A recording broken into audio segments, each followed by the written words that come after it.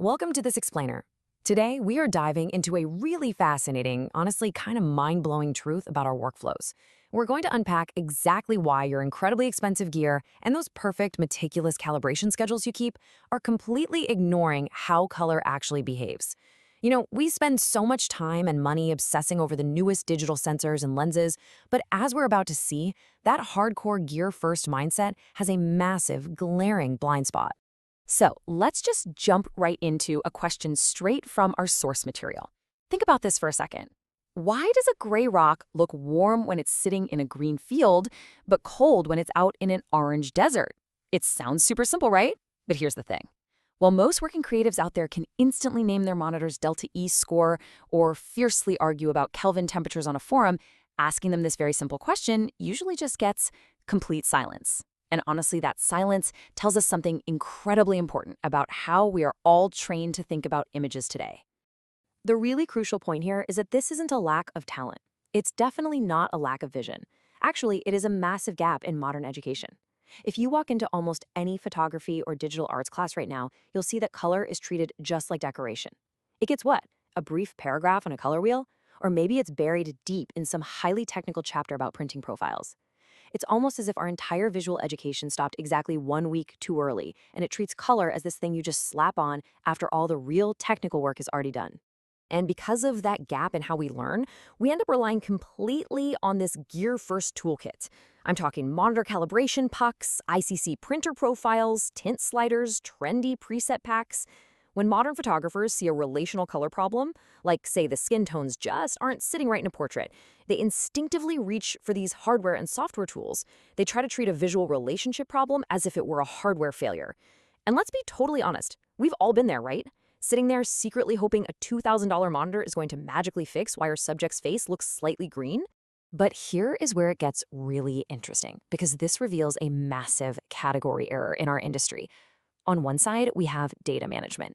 Your ICC profile and your highly calibrated monitor, they ensure that the specific hexadecimal color values you captured are the exact values displayed on the screen. That is data management, and hey, it's a great skill. But it tells you absolutely zero about the other side of the coin, perceptual facts.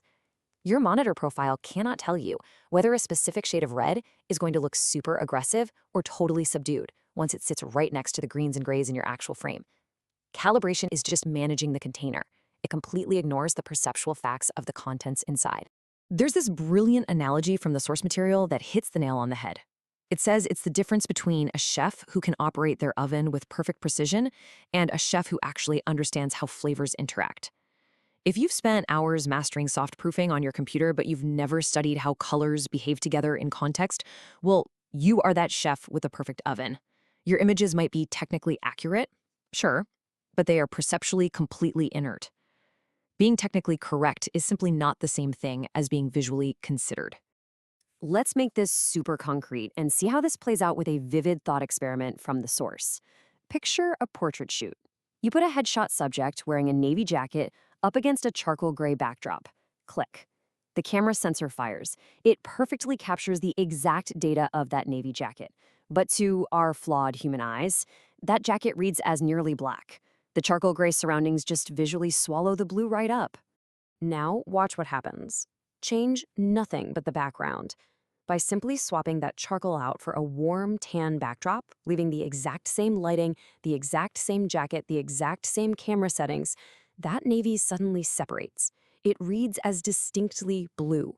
The whole portrait instantly gains this amazing sense of depth that it simply did not have 2 minutes ago.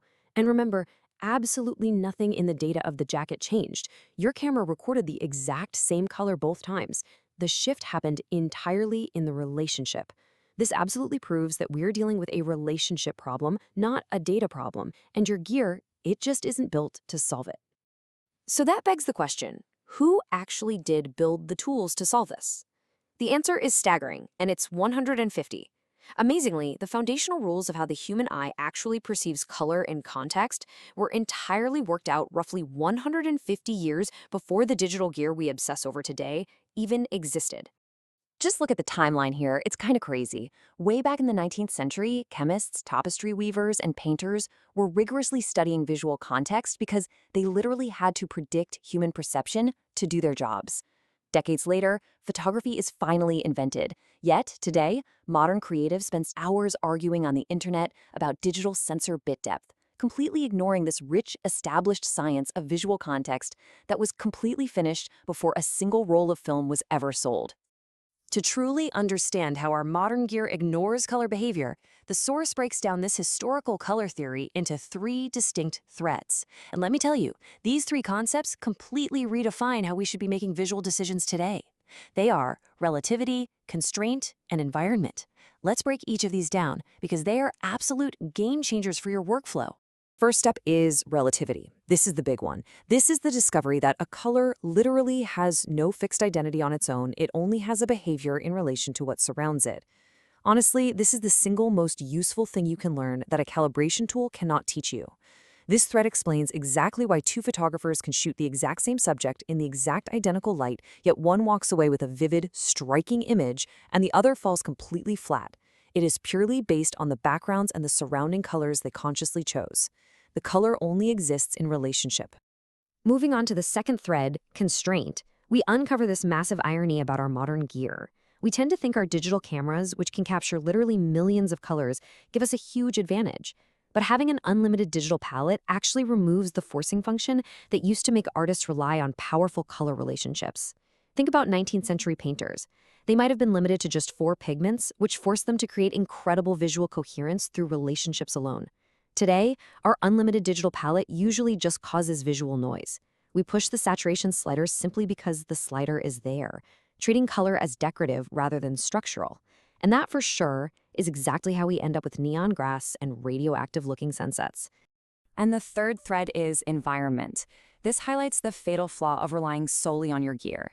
Think about it. Your expensive, perfectly calibrated monitor fundamentally assumes that your eye, the actual biological thing looking at the screen, is a fixed, reliable instrument. But historical painters knew better. They knew the human eye adapts, it fatigues, and it is inherently unstable. They built their studios to control the physical conditions of perception.